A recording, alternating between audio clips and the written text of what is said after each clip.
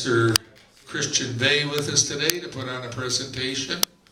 And he's going to cover quite a few topics. And at the end of his presentation, he's going to offer up an opportunity that you can ask any questions you want.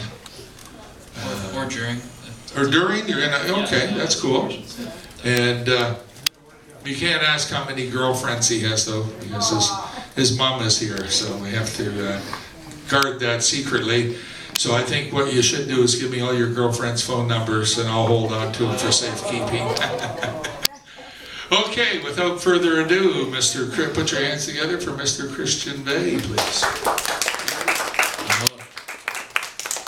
Okay, so I'd like to thank everyone for coming out to the guitar clinic, and I especially like to thank Long & McQuaid's for making this event possible. I got my first guitar in 2006 for Christmas. As anyone would expect, I was not a very serious player. And that's usually how it is when anyone starts out. But it took me a couple years to really love what I do, and my playing experience what I'd like to call a snowball effect. So what I've learned before, it really accumulated and allowed me to advance quite quickly, I'd like to think. My first guitar was a blue Fender Stratocaster, and we got it here actually. It was a used guitar, and if you're just starting out, I totally recommend used gear. And like because you don't want to jump to a crazy expensive instrument. You want to learn. You want to learn how to play on something that you can obviously appreciate. But then when you start to really progress, and the better you get, you can start to move up and get more expensive instruments. You also don't want to buy a guitar and then not use it anymore because you lose interest. So used is definitely the way to go if you're just starting out. But I'm going to give you an overview of what we're going to discuss today. So obviously music, guitar playing in general. We're going to talk about chords and blues chords, seventh chords more specifically, dominant seven chords. I'm sure you've heard these before.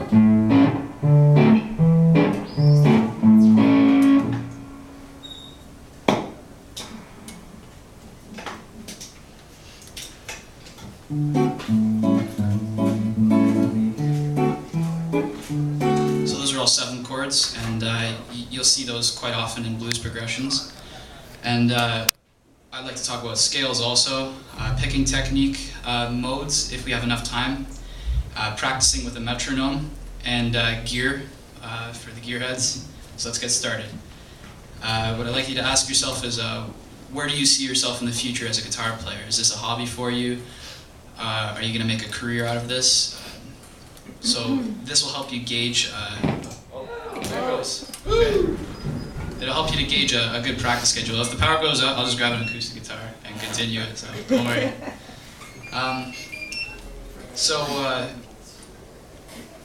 Okay. Let's get started. Chords. Now, if someone were to say that we're in the key of G and we're going to play a 1-4-5 progression, that might be a little overwhelming at first, but all you have to do is count. 1 being G, and then 1, 2, 3, 4. So G, A, B, C, D. C being 4, and then D being 5. So G7, C7, and a D7, back to the C7, and a G7. So those are all the chords that you're going to find in a blues progression. So I'm sure you've heard.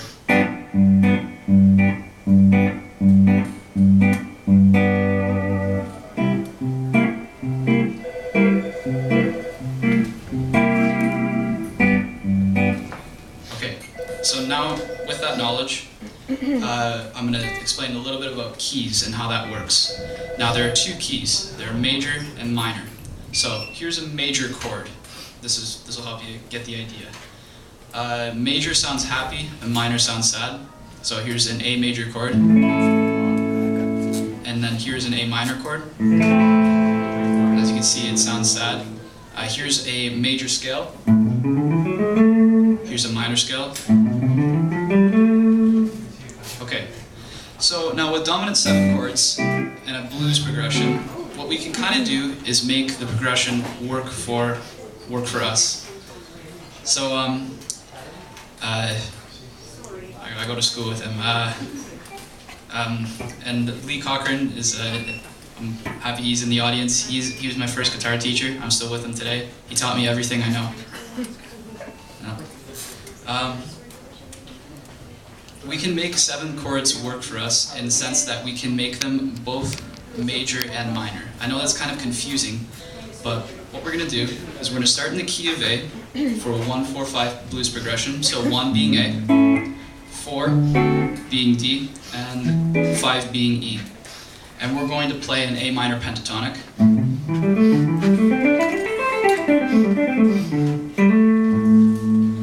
And that will work over this progression in the key of A.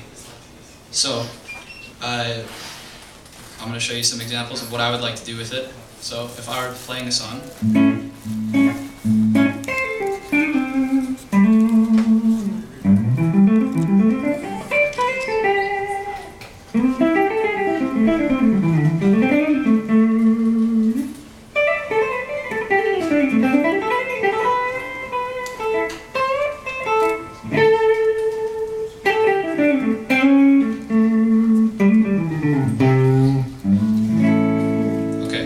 So over either of those chords, the A minor pentatonic scale would work. And now we can also make it work in a major sense, that chord. So we can take the same pattern that we learned here, and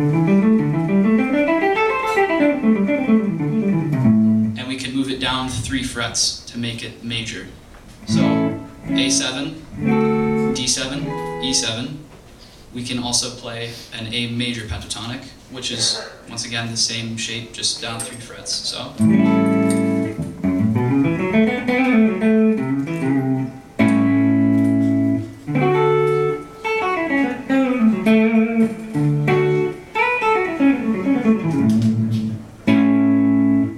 You can see how it sounds happier than the one I played before.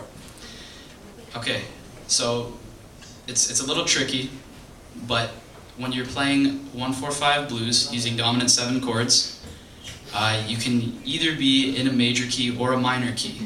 You can kind of, you can add notes from the major pentatonic scale, and you can add notes from the minor pentatonic scale. Another important part of this is there is more than one position for this pattern. You can move ahead and play the second position.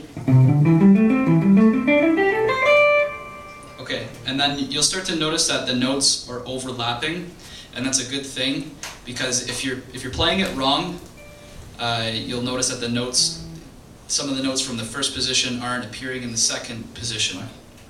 So. And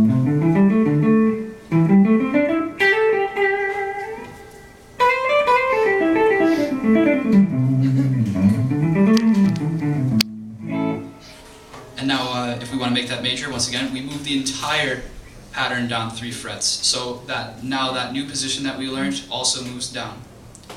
Okay.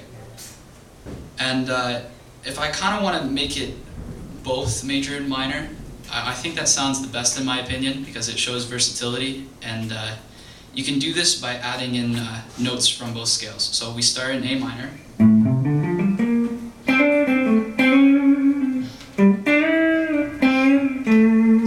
And we're adding in a major third here.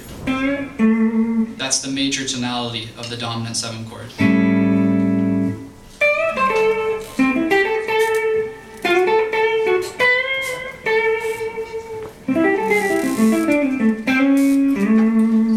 See how it has a major flavor, but yet you're still using that minor pentatonic, just by the difference of one note.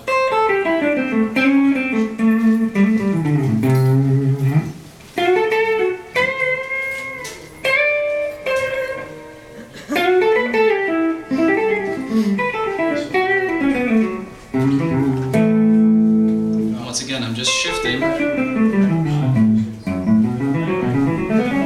the same pattern, just down 3 frets. Okay, so a lick that I like to use, or that anyone can use in this shape, A minor, it's one that Stevie Ray Vaughan plays. You've heard it before. It goes like this.